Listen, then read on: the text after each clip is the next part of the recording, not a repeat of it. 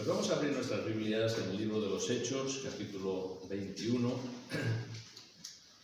Después de un buen paréntesis, quiero volver a retomar el libro de los Hechos.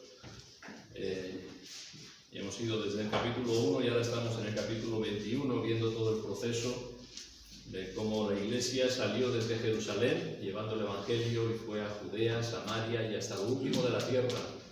Hemos estado viendo la vida del apóstol Pablo, este apóstol llamado por el Señor, este mensajero para llevar el Evangelio a tantos lugares. Y ahora lo que estamos viendo ya es el final de su tercer viaje misionero. Él ya después de recorrer tantos lugares se encontraba en Corinto y desde Corinto pues escribió a los hermanos en Roma diciéndoles: voy a ir a Jerusalén y después de ir a Jerusalén quiero visitaros a vosotros y de vosotros ser encaminado para ir a España. Ese era el propósito que Pablo tenía, los planes que Pablo tenía para su vida. Evidentemente vamos a ver en las Escrituras como el Señor tenía otros. Él tenía un deseo, es una voluntad, un deseo, pero el Señor tenía otros planes para él. Entonces, recordamos cómo él salió de Corinto y fue hacia Troas con varios hermanos. Habían recogido una ofrenda de las iglesias gentiles y el propósito de ir a Jerusalén era llevar aquella ofrenda de los gentiles, de las iglesias gentiles, para los hermanos pobres en Jerusalén. Entonces él estaba haciendo ese viaje, salió de Corinto, llegó a Troas, de Troas se embarcó, acabaron. Lo último que vimos es que llegaron al puerto, a la ciudad costera de Mileto, donde allí Pablo llamó a los ancianos de Éfeso y les dio aquel precioso discurso, charla, despedida, donde vemos el amor de los hermanos para con Pablo, cómo se entristecían porque él les decía: no vais a volver a ver mi rostro, y cómo se echaban al cuello de Pablo, le abrazaban, le besaban, porque se dolían en gran manera, evidentemente, como diciendo: ya no lo vamos a ver. Por lo menos eso eran los planes de Pablo. Y entonces, llegando a Mileto, ahí nos quedamos en la última vez que prediqué acerca del libro de estos viajes de Pablo, del libro de los Hechos, y acabamos en el versículo 38 del capítulo 20, doliéndose en gran manera, como he mencionado, por la palabra que dijo de que no verían más su rostro, y le acompañaron al barco. ¿Vale? Allí Pablo se vuelve a embarcar en un barco rumbo pues hacia Jerusalén, y acompañado de un buen número de hermanos, posiblemente 7 o 8 hermanos gentiles de diferentes lugares que le acompañaban. Recordemos, como he dicho, él llevaba una ofrenda y en aquellos tiempos había, como había hoy, ladrones por todos lados. Entonces la manera era ir acompañado, ir un buen grupo de hermanos para proteger esas ofrendas que con esfuerzo, con trabajo habían recogido las iglesias. Durante casi un año habían estado recogiendo ofrendas para que este momento llegara, pudieran llevarlas a los hermanos a Jerusalén. Años antes ya había estado Pablo en Jerusalén y Jacobo, que era uno de los principales de la iglesia en Jerusalén, le dijo: acordaos de los pobres. Y Pablo dice: lo cual procuré con diligencia hacer. Y esto era pues el cumplimiento de esa petición, ¿no? Esa coletilla que le dijo Jacobo: acordaos de los pobres. Y entonces leemos en el capítulo 21, vamos a leer de una tirada hasta el versículo 21 y luego vamos a ir desarrollando un poco estos versículos. Pero versículo 21, capítulo 21, versículo 1 dice: después de separarnos de ellos, zarpamos y fuimos con rumbo directo a Cos y al día siguiente a Rodas y de allí a Pátara. Y hallando un barco que pasaba a Fenicia, nos embarcamos y zarpamos. Al avistar Chipre, dejando la mano izquierda, navegamos a Siria y arribamos a Tiro, donde el barco había de descargar allí. Y hallados los discípulos, nos quedamos allí 7 días. Y ellos decían a Pablo por el Espíritu que no subiese a Jerusalén. Cumplidos aquellos días, salimos acompañándolos todos con sus mujeres e hijos hasta fuera de la ciudad, y puestos de rodillas en la playa oramos. Y abrazándonos los unos a los otros subimos al barco, y ellos se volvieron a sus casas.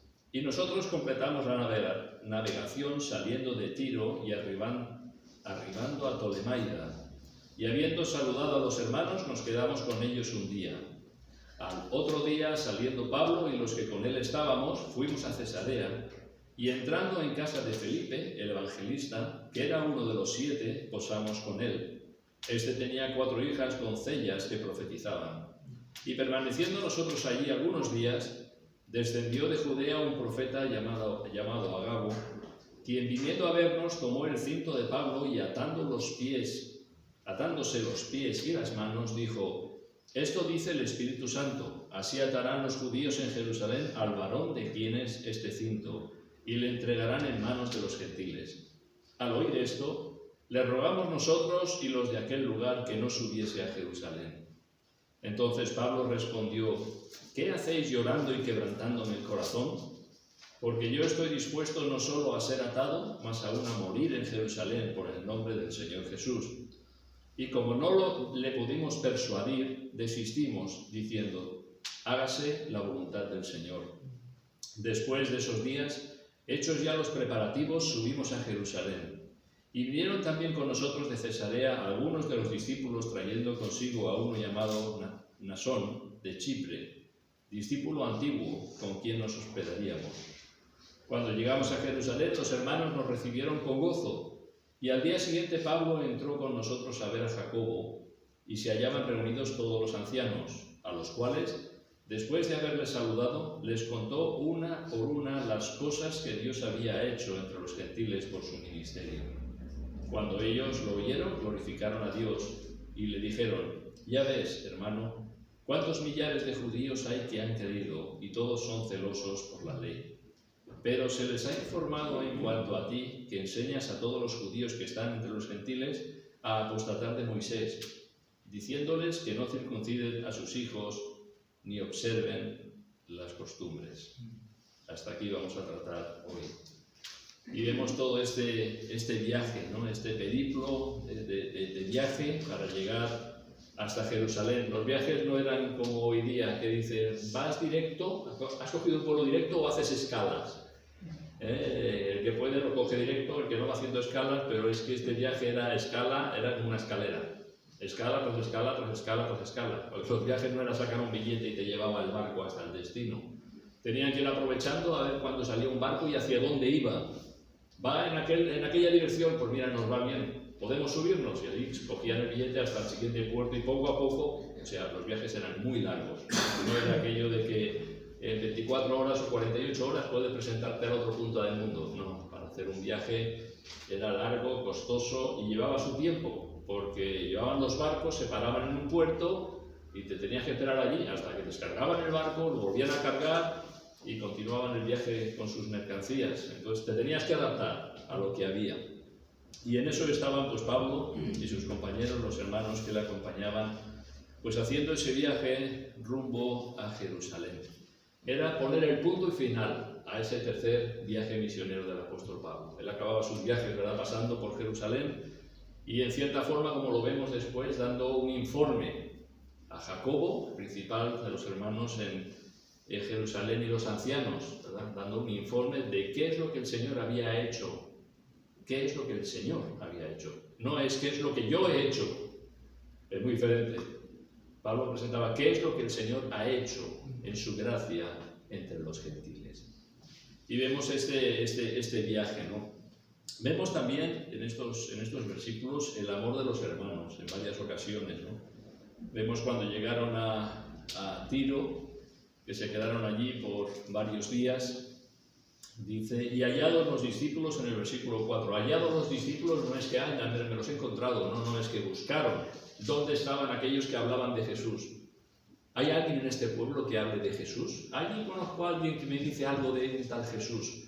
Buscaron a los hermanos, hallaron a los hermanos porque los buscaron.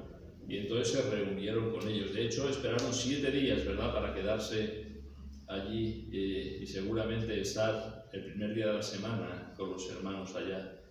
Pero vemos que en el versículo 5 dice: cumplidos aquellos días, después de una semana, salimos acompañándonos todos con sus mujeres e hijos hasta fuera de la ciudad, y puestos de rodillas en la playa oramos. ¡Qué imagen!, ¿no? ¡Qué imagen de una congregación!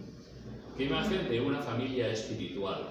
¿Verdad? El deseo, podrían haber dicho: no, vamos los varones y despedimos a Pablo, pero no es lo que vemos. Vemos que salieron, dice, acompañándonos todos con sus mujeres y sus hijos. O sea, iban las familias completamente. Iban las familias enteras. No es que dijeron: las mujeres que se queden en casa preparando la comida y los niños son niños niños no se enteran. No, es una familia de la fe. Eso es una iglesia local, una familia espiritual, una familia de la fe. Los mayores, los hombres, las mujeres, los niños, una familia espiritual, mostrando ese cariño para con Pablo. Dice, puestos de rodillas. Imagínate, ¿verdad? Qué escena. Si alguien hubiera tenido un móvil para hacer una foto, ¿verdad? Una foto más bonita. Ver a toda la iglesia, los hermanos allí, todas las familias, de rodillas en la playa, orando. Seguramente intercediendo por el apóstol Pablo, por este viaje que él quería hacer. Dice, y abrazándonos los unos a los otros, subimos al barco y ellos se volvieron a sus casas. Así que vemos aquí el amor de los hermanos. Más adelante lo volvemos a ver, ¿verdad? Cuando estaba en Cesarea y después vino este profeta Agabo, como dice, cuando los hermanos escucharon la profecía que traía este profeta, que además profeta al más puro estilo del Antiguo Testamento. No solamente es así, dice el Señor, sino que además teatralizaban, ¿verdad?, qué es lo que iba a suceder. Por eso le pidió el cinto a Pablo y se ató las manos y los pies. Así, de esta manera, va a ser atado este hombre. ¿De quién es este cinto? Y entonces dice el versículo 12, al oír esto, le rogamos nosotros y los de aquel lugar que no subiese a Jerusalén. De nuevo vemos aquí el amor de los hermanos para con Pablo. Por otro lado, podríamos decir, este Pablo era testarudo. Podríamos preguntarnos, ¿realmente mostró testarudez? ¿No? Porque le estaban diciendo, no vayas a Jerusalén, no vayas a Jerusalén. Y él no paraba. Él tenía el firme propósito de llegar a Jerusalén y el pleno convencimiento de que estaba haciendo la voluntad de Dios. Pero vemos aquí el amor de los hermanos para con Pablo. El Señor, por medio del Espíritu Santo, en diferentes lugares, estaba dando testimonio de lo que le esperaba, y no coincidía precisamente con sus planes, porque he mencionado ya, Pablo dice, voy a Jerusalén, entrego la ofrenda a los hermanos, me voy a Roma y de allí me voy a España. Pero el Espíritu Santo en diferentes lugares le estaba diciendo que le esperaban prisiones y tribulaciones. Yo me pregunto, ¿dónde encajaría eso en los planes de Pablo? Prisiones y tribulaciones es lo que el Espíritu Santo le estaba diciendo que le sobrevendría. Lo vemos en el capítulo 20, versículo 22 y 23. El Espíritu Santo en todas las ciudades me da testimonio diciendo de que me esperan prisiones y tribulaciones. Eso no encajaba con sus planes. Prisiones y tribulaciones. Él tenía la firme convicción de que debía de ir a Jerusalén, a pesar de los riesgos que ello entrañaba. Tenía tal convicción que ni aun las diferentes revelaciones proféticas le frenaron. Fijaros, ya he mencionado en el versículo Hechos 21:4, el testimonio que recibió en aquel lugar en Tiro. Hallados los discípulos, nos quedamos allí 7 días y ellos decían, los hermanos, decían a Pablo por el Espíritu que no subiese a Jerusalén. Por el Espíritu. Y Pablo escucharía. Más adelante en Cesarea, también en el versículo 10, y permaneciendo nosotros allí, descendió este profeta que he mencionado y tomó el cinto de Pablo, atándose los pies y las manos. Esto dice el Espíritu Santo, así atarán los judíos en Jerusalén al varón de quien es este cinto y le entregarán en manos de los gentiles. De nuevo, vemos el testimonio. Al oír esto, le rogamos nosotros y los de aquel lugar que no subiese a Jerusalén. Le rogamos nosotros, se está refiriendo a Lucas, que es el escritor del libro de los Hechos. Le rogamos nosotros, los grupos de hermanos que le acompañaban, dice, y los de aquel lugar, los hermanos de Cesarea. O sea, prácticamente todo lo que estaba diciendo Pablo, no vayas a Jerusalén, no vayas a Jerusalén. Y él tenía ese convencimiento. La pregunta es, ¿desobedeció Pablo al Espíritu Santo? ¿Hizo bien en no escuchar el consejo de los hermanos? Podemos preguntarnos.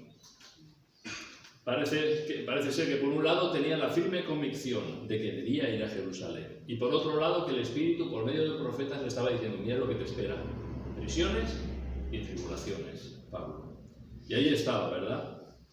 Pero no vemos que el Espíritu le prohibiera ir a Jerusalén en ningún momento. Así como sí que sucedió, recordáis en el libro de los Hechos, capítulo 16, que quise ir a Bitinia y el Espíritu se lo prohibió. Aquí no vemos que el Espíritu se lo prohibiera. En ningún momento el Espíritu le prohíbe. El Espíritu le dice lo que se va a encontrar. Está preparando el corazón de Pablo para que sepa cómo afrontar las circunstancias que de aquí a muy pocos días él se va a encontrar. Está preparando el corazón de lo que le acontecería en Jerusalén. Pablo no desobedeció al Espíritu Santo y también escuchó el consejo de los hermanos, pero él tenía la firme convicción de que era la voluntad de Dios que fuese a Jerusalén. Como digo, para entregar aquella ofrenda, en primer lugar, y para compartir el Evangelio con todo aquel que tuviese oportunidad. En el Salmo 48 dice: el hacer tu voluntad, Dios mío, me ha agradado. El hacer tu voluntad, Dios mío, me ha agradado. Esto es lo que Pablo deseaba. Hacer la voluntad de Dios. Costara lo que costara. Vemos en el versículo 13.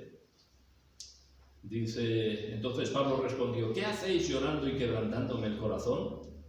Porque yo estoy dispuesto no solo a ser atado, mas aún a morir en Jerusalén por el nombre del Señor Jesús. ¿Qué determinación tenía? También en el capítulo anterior, capítulo 20, versículo 24, cuando el Espíritu daba testimonio de que le esperaban prisiones y tribulaciones, dice: pero de ninguna cosa hago caso, ni estimo preciosa mi vida para mí mismo, con tal que acabe mi carrera con gozo y el ministerio que recibí del Señor Jesús para dar testimonio del Evangelio de la gracia de Dios.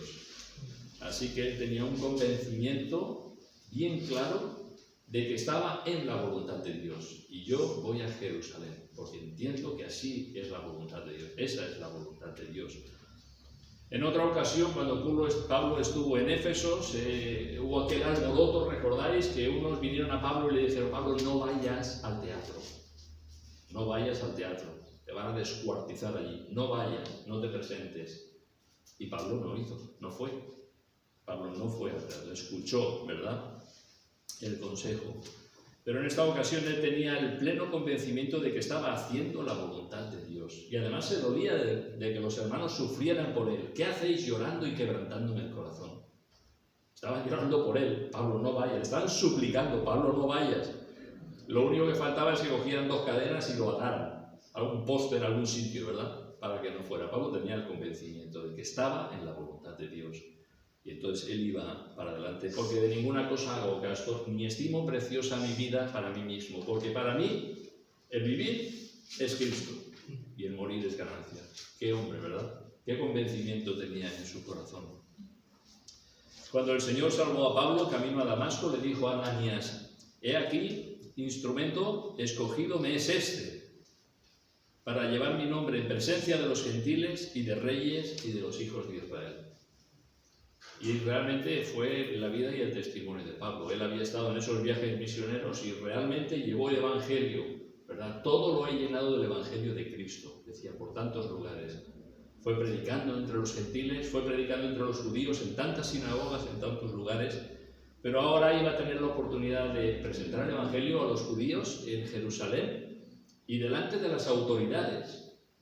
Pero para llevar el Evangelio delante de las autoridades le iba a hacer falta algo. Y eran unas cadenas. Era lo que el Señor iba a usar para que Pablo se presentara delante de las autoridades. Unas cadenas, como prisionero. Pero él iba a presentar el Evangelio y lo llevó a presentar hasta delante de reyes. Así que vemos que el Dios soberano, que hace todas las cosas conforme a su perfecta voluntad, estaba preparando el camino para que Pablo pudiese llevar el Evangelio, ¿verdad?, delante de los reyes, incluso en Roma, que era donde él en un principio quería ir. Seguramente Pablo no se había imaginado llegar a Roma de esa manera. Él quería posiblemente ir en barco, de otra manera, en completa libertad, pero fueron aquellas cadenas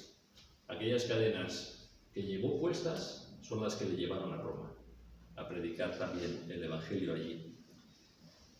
Aquella determinación de Pablo de ir a Jerusalén nos recuerda unos años antes la determinación de Jesús de ir a la cruz, ¿verdad? ¿Recordáis cuando los discípulos: vamos nosotros con él para que muramos con él? Jesús dice: voy a Jerusalén. Tenía la cruz ahí delante. No se dio media vuelta, no huyó. Él sabía que era la voluntad de Dios. Y él fue a la cruz. De la misma manera Pablo no se dio media vuelta, no se huyó, no se amilanó. Él sabía que era la voluntad de Dios que él fuera a Jerusalén. Versículo 14 dice: y como no le pudimos persuadir, desistimos, diciéndose, hágase la voluntad del Señor. Esa es la mejor actitud que todo cristiano debe de adoptar ante las dificultades de la vida. La voluntad de Dios es siempre lo mejor para nosotros. El Dios que conoce el futuro, que conoce nuestras limitaciones, nuestra fragilidad, en cuyas manos estamos, de donde nada ni nadie nos puede arrancar, nos puede separar. Hágase su voluntad. A ese Dios encomendamos nuestras vidas, ¿verdad? Y qué bueno es cuando realmente nos dejamos en las manos de Dios. Cuando realmente descansamos en las manos de Dios. En lugar de estar batallando con Dios por las circunstancias o situaciones que tenemos en la vida, el poder humillarnos delante del Señor y decir, Señor, hágase tu voluntad. Porque siempre es lo mejor, la voluntad de Dios.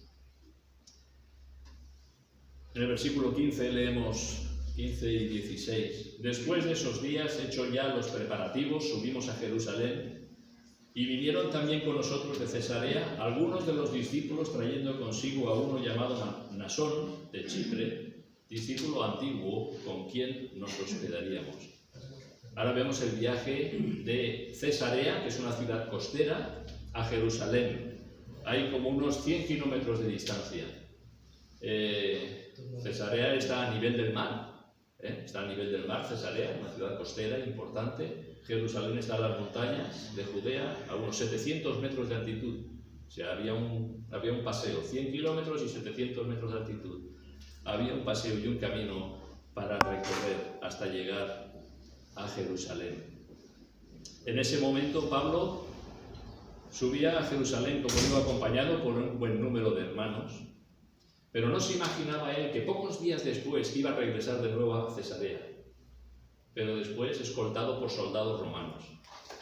Él no lo sabía, pero la realidad es que iba de Cesarea a Jerusalén, acompañado por hermanos, y como digo, pocos días después bajaba de Jerusalén a Cesarea, pero custodiado por soldados romanos. Algunos hermanos de Cesarea también se sumaron a ellos rumbo a Jerusalén. Recordemos que estaba próxima a la fiesta de Pentecostés. ¿Y qué pasaba en Pentecostés? Que venían muchos judíos de muchas partes para reunirse allí y tener esta festividad judía. Jerusalén estaba llenísima de gente. Podéis recordar aquel otro Pentecostés, cuando Pedro se puso en pie y predicó el Evangelio, cuando vino el Espíritu Santo, ese día de Pentecostés, y cuando hablaron valerosamente en el nombre del Señor, había gente de tantos lugares, partos, medos, elamitas, los que habitan en Mesopotamia, de tantos lugares, ¿verdad? Jerusalén se llenaba de judíos que venían de todos los lugares para esa festividad. Así que podemos imaginar que esa festividad, de la misma manera, era una festividad que estaba llena de gente. Y encontraremos sitio para quedarnos, ¿verdad? Encontraremos sitio para alojarnos. ¿Cómo lo vamos a hacer? Es como cuando hay en alguna ciudad un acontecimiento, una festividad, un concierto, cualquier cosa, ¿no? Que te dicen, está todo lleno, está completo. Y dice, buscas en hoteles, completo. Y buscas, bueno, voy en hostales, completo. Y dice, bueno, voy a buscar en campings, completo. Y dice, ¿dónde me quedo yo? Está todo lleno. Pues así estaría Jerusalén, estaría a reventar. De tantas personas que venían de tantos lugares. Estaba llenísimo Jerusalén. Hubo un hermano que tenía una casa allí, Nasón, nos dice la Escritura. Este hermano tenía una casa en Jerusalén y ofreció su casa para acoger a los hermanos, para hospedar a los hermanos, para ese buen grupo de gentiles, de creyentes que venían con Pablo, pudieran reunirse, pudieran alojarse allí. O sea que sería una casa seguramente bastante espaciosa o grande para poder acoger a todos. Nos dice el Nasón que era de Chipre, igual que Bernabé, ¿recordáis? Bernabé, que también nos dice natural de Chipre, también era de Chipre, nos dice que era discípulo antiguo y es posible que fuese de los primeros creyentes de la iglesia, quizás de aquel Pentecostés donde Pablo predicó, quizás se convirtió en aquel Pentecostés, o no, pero nos dice que era un discípulo antiguo. Y él estaba pues dispuesto a hospedar a los hermanos. Más adelante vemos el gozo, ¿verdad?, de los hermanos en Jerusalén, versículo 17. Cuando llegamos a Jerusalén, los hermanos nos recibieron con gozo. Al día siguiente, Pablo entró con nosotros a ver a Jacobo y se hallaban reunidos todos los ancianos, a los cuales, después de haberles saludado, les contó una por una las cosas que Dios había hecho entre los gentiles por su ministerio. Siempre es un gozo volver a ver a hermanos en la fe, ¿verdad?, después de mucho tiempo. Pues los hermanos en Jerusalén se gozaron, ¿verdad?, de ver aquel grupo de hermanos. Pablo, junto con otros que eran de los gentiles, salvos de la misma manera, por la gracia de Dios. Y allí estaban, ¿verdad?, y se gozaron los hermanos con ellos. Lucas nos deja ver, ¿verdad?, el gozo de los hermanos de Jerusalén. Recordemos también, como digo, que estos hermanos eran portadores de la ofrenda de las iglesias gentiles para los necesitados de Jerusalén. Pablo en Romanos, recordáis que antes de regresar, él estaba en Corinto y desde Corinto escribió a los romanos, y les dijo que oraran por él y dice, para que sea librado de los rebeldes que están en Judea. Hermanos, orad por mí, para que sea librado de los rebeldes que están en Judea y que la ofrenda de mi servicio a los santos en Jerusalén sea acepta. Eran sus dos peticiones de oración, ¿verdad? Para que sea librado de los rebeldes que están en Judea, el Señor usó al ejército romano. No se escapó de recibir una paliza. Eso lo veremos en la próxima ocasión. Pablo recibió, traigo en mi cuerpo las marcas del Señor Jesús. Él recibió una paliza. Cuando lo sacaron del templo, eso como digo, lo veremos en la próxima ocasión, lo sacaron del templo, cerraron las puertas y empezaron a darle. Yo no sé cuánto tardarían los romanos en llegar allí. Yo no sé cuánto tardan. A veces a nosotros nos ha pasado en casa que hemos visto, no sé, un accidente ahí delante de casa y hemos llamado al 112. Que venga enseguida la policía o no. ¿Tú sabes lo que llegará a tardar? Y dice, pero ¿cómo es posible? ¿Cómo es posible? Pero tan grande no es Sorot. ¿Dónde está la policía? ¿Dónde está la ambulancia? Y tienes a un chico ahí que le han atropellado, que iba en moto, y lo que llegan a tardar, 20 minutos, media hora, yo no sé cuánto tardarían, pero todo el tiempo que tardó el ejército romano para venir a liberar a Pablo, Pablo estuvo recibiendo un porrazo por aquí, una bofetada por allá, un puñetazo, patada, lo querían matar a golpes. Pero eso, como digo, lo veremos más adelante. El Señor envió al ejército romano para protegerlo de aquellas fieras, aquellos celosos de la ley, aquellos judíos que lo querían matar. Y en segundo lugar, para que la ofrenda de mi servicio a los santos en Jerusalén sea acepta. Y seguramente esa ofrenda fue acepta, pero Lucas no nos da detalle. No nos da detalle. Parece ser que Lucas usa al principio aquel que dice, más cuando tú des limosna no sepa tu derecha lo que hace tu izquierda, ¿verdad? El Señor sabe cuánto es la ofrenda, quién la ha ofrecido y con qué actitud de corazón la ha ofrecido. Y no nos dice nada más, ¿verdad? Otros hubieran hecho un informe de la iglesia de Galatas ha recogido tanto y no sé qué, no sé cuánto ha recogido tanto, y esta iglesia ha dado más y el otro ha dado menos, y no sé qué. No nos dice absolutamente nada. Es que no sabemos ni siquiera, es que no nos da ninguna pista. Pero seguramente los hermanos en Jerusalén recibieron aquella abundante ofrenda de amor de los hermanos gentiles hacia ellos. De alguna manera aquella ofrenda era una muestra de que los gentiles formaban parte, por la gracia de Dios, de los redimidos, al igual que ellos. Recordáis, ¿verdad?, aquel pasaje cuando también Pedro expone cómo llegó el Evangelio a casa de Cornelio y los hermanos en Jerusalén sorprendidos, de manera que también a los gentiles ha dado Dios arrepentimiento para salvación. Qué sorpresa, ¿no? Pero era una realidad. La gracia de Dios es para el mundo entero, no para el pueblo de Israel solamente, o para una... No, es para el mundo entero. Entonces aquella ofrenda, en cierta forma, unía la iglesia de los gentiles con la iglesia madre de Jerusalén. Pablo siempre respetó la iglesia madre de Jerusalén. Él iba allí y daba informe, ¿verdad? Y presentaba las ofrendas y explicaba a los ancianos.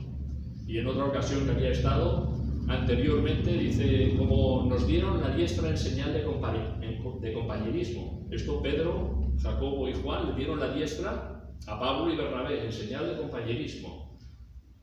Nosotros vamos a la incircuncisión, a los gentiles, y vosotros a la circuncisión, ¿verdad? Pero ahí está, ¿verdad? Como la gracia de Dios alcanza a toda persona.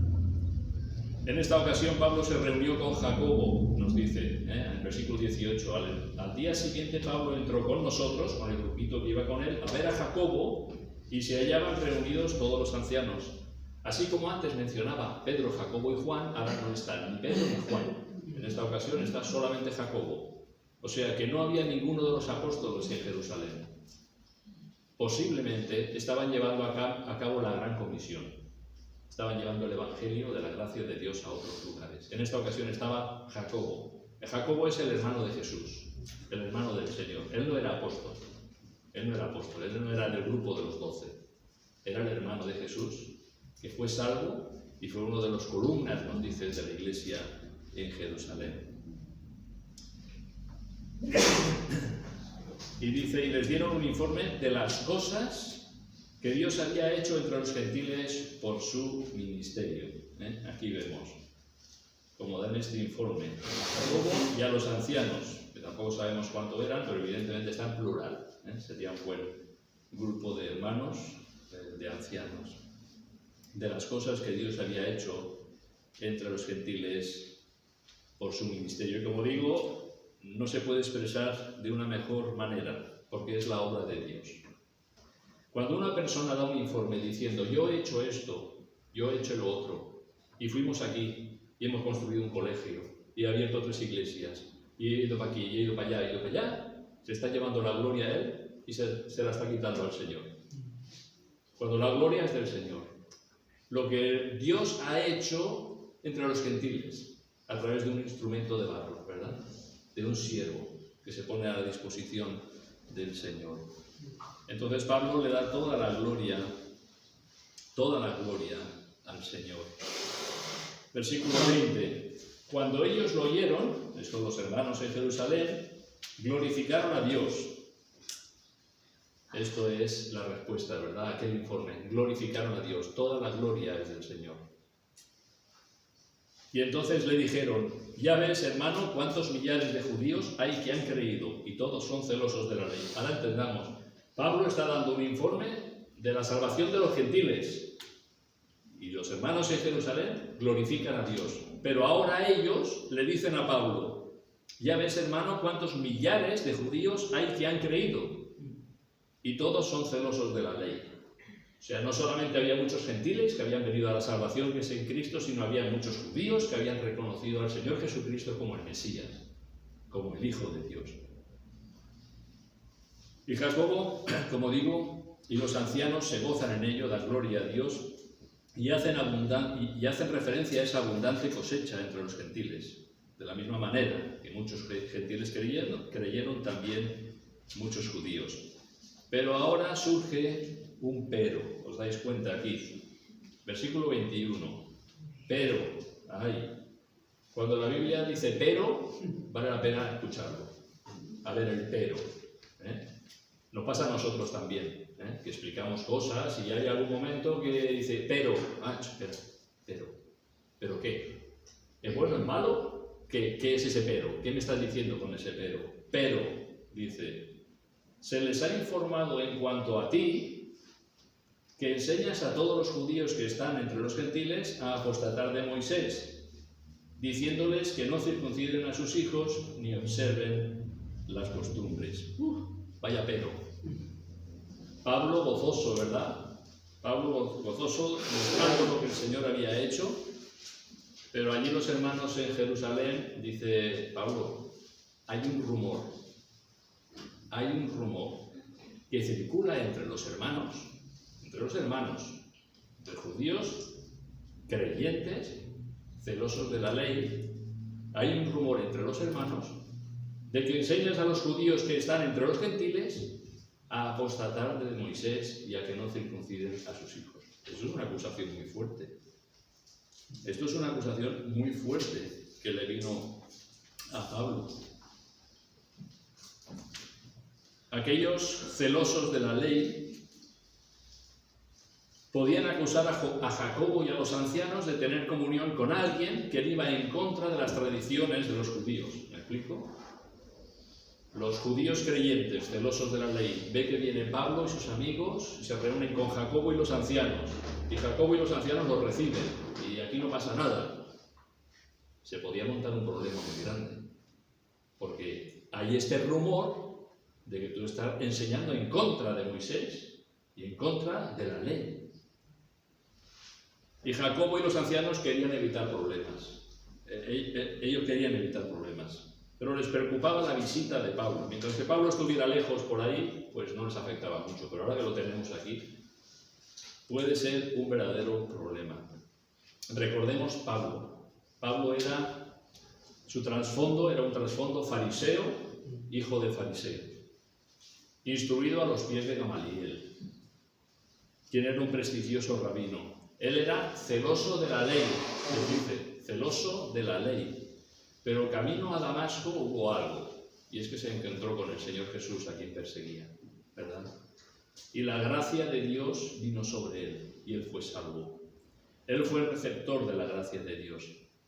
Y en varias de sus epístolas del apóstol Pablo vemos la comprensión que Pablo tiene de lo que es la gracia de Dios. Y en ello hay algo revolucionario para la mentalidad judía.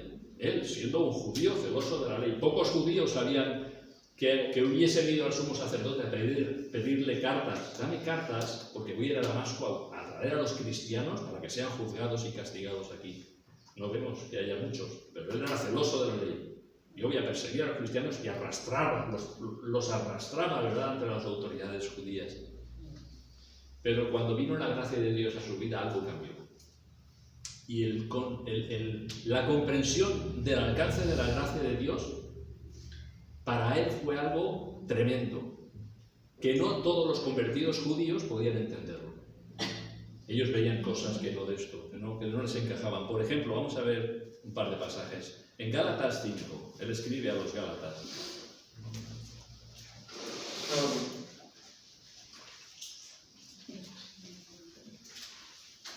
Gálatas 5, y fijaros los versículos del 2 al 6. Y fijaros, escuchad bien, escuchad bien, porque esto Pablo lo está escribiendo a los Gálatas, y pensar en eso que los judíos decían, ese rumor que corría. Fíjate, dice, aquí yo Pablo os digo que si os circuncidáis, de nada os aprovechará Cristo. Y otra vez testifico a todo hombre que se circuncida, que está obligado a guardar la ley. Fijaros ahora, de Cristo os desligasteis los que por la ley os justificáis, de la gracia habéis caído. Pues nosotros, por el Espíritu, aguardamos por fe la esperanza de la justicia, porque en Cristo Jesús ni la circuncisión vale algo, ni la incircuncisión, sino la fe que obra por el amor. ¿No es esto revolucionario para un judío celoso? ¿Qué está diciendo? ¿Qué está diciendo este hombre? ¿Que poco importa la circuncisión? ¿La ley? Pablo había entendido el alcance de la gracia de Dios. En Cristo somos justificados. No somos justificados por el cumplimiento de la ley. Pero claro, aquellos que venían de una tradición judía de años, siglos, ¿verdad? Y ahora de repente escuchan a este hombre, es un apóstata. Ha negado lo que es el valor de la ley. Claro, esto sonaba pues muy revolucionario para una mentalidad judía, pero Pablo, siendo judío, él había tenido la plena comprensión del alcance de la gracia de Dios. Fijaros en el capítulo 6 y versículo 15, también de Gálatas, porque en Cristo Jesús ni la circuncisión vale nada, ni la incircuncisión, sino una nueva creación. ¿Os dais cuenta? Y está diciendo, no, en Cristo lo tenemos todo. No podemos añadir nada más a la fe en el Señor Jesucristo. Por lo tanto, la circuncisión nada es. Es la fe en el Señor Jesucristo. Por la ley, nadie ha sido nunca, jamás justificado, nunca. Y entonces él tuvo ese convencimiento de la comprensión del alcance de la gracia de Dios. Los gentiles no tenían ninguna obligación de practicar la circuncisión. Esto quedó claro en Hechos capítulo 15, en el concilio de Jerusalén. No tenían ninguna obligación los gentiles de practicar la circuncisión. Y los judíos que se convertían no tenían ninguna prohibición de circuncidar a sus hijos. Pero la salvación no depende de la circuncisión, sino de la fe en Cristo. Por lo tanto, Pablo no impidía a los judíos que se convertían que circuncidaran a sus hijos, pero él lo que les enseñaba de que eso no es necesario para la salvación. Eso es un ritual que viene en el pueblo de Israel, pero no es necesario para la salvación. En cuanto a algunos alimentos, festividades, fijaros Romanos capítulo 14, Romanos capítulo 14.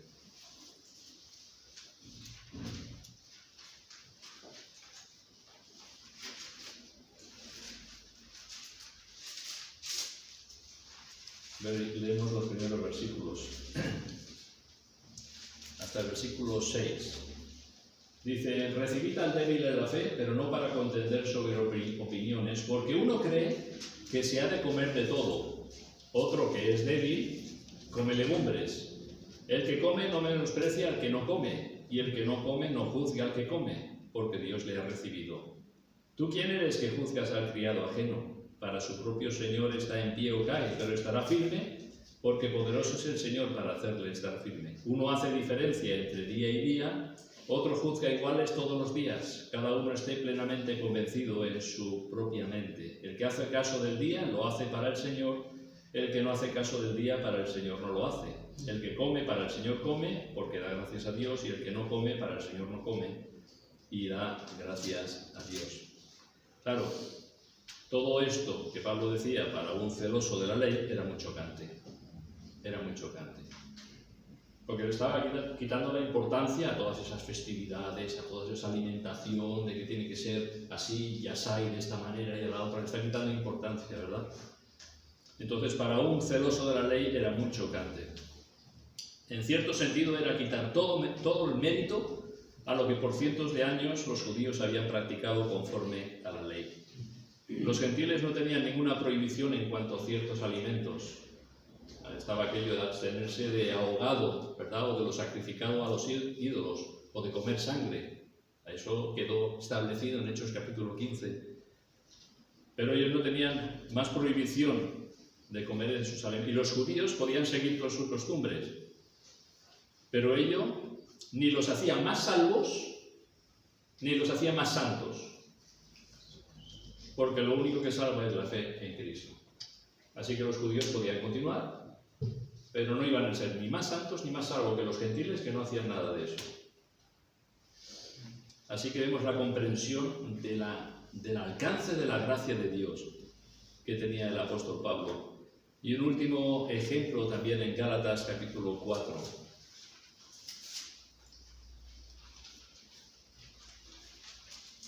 Gálatas capítulo 4. Versículo 8.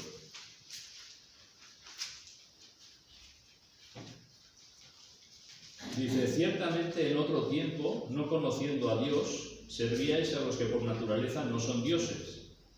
Mas ahora, conociendo a Dios, o más bien siendo conocidos por Dios, ¿cómo es que os volvéis de nuevo a los débiles y pobres rudimentos a los cuales os queréis volver a esclavizar?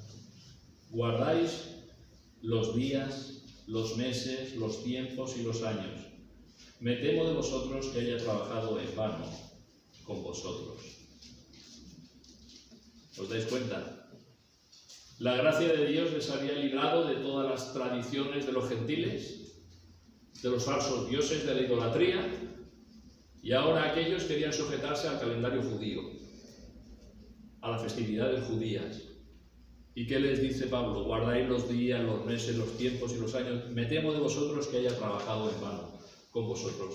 No os habéis enterado de nada. No os habéis enterado de lo que está diciendo Pablo. Cristo es suficiente. Cristo es suficiente para la salvación, para la santificación, para perseverar en la vida cristiana. No podemos añadir más cosas. No debemos añadir más cosas, y mucho menos los gentiles.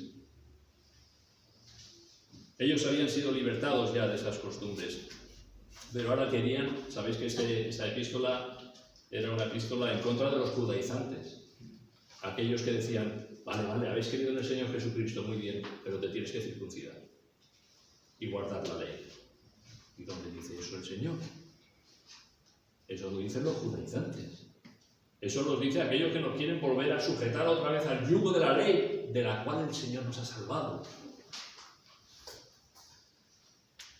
Aún hoy día hay hermanos que no entienden el alcance de la gracia de Dios, que la fe en Cristo es suficiente para la salvación y no hay ninguna base bíblica para guardar las fiestas judías. No hay ninguna base bíblica. Esto no quita efectivamente que las festividades judías tienen enseñanzas espirituales de las que podemos aprender. Pero de sacar enseñanzas espirituales a practicarla como una costumbre es añadir a la gracia de Dios. Es ignorar el alcance de la gracia de Dios. Es querer añadir algo a la gracia de Dios. Por lo visto en estos versículos, sin duda que era algo que los creyentes judíos les pudiera perturbar. Pablo, hay este rumor, ¿verdad?, de que tú enseñas a los judíos que están entre los gentiles que no se circunciden ni que no guarden la ley. Y Pablo no prohibía eso, pero él hablaba y predicaba y enseñaba que Cristo es suficiente. Sin la circuncisión, sin las fiestas estas o aquellas, sin guardar estos días o otros y sin estos alimentos ni aquellos, Cristo es suficiente.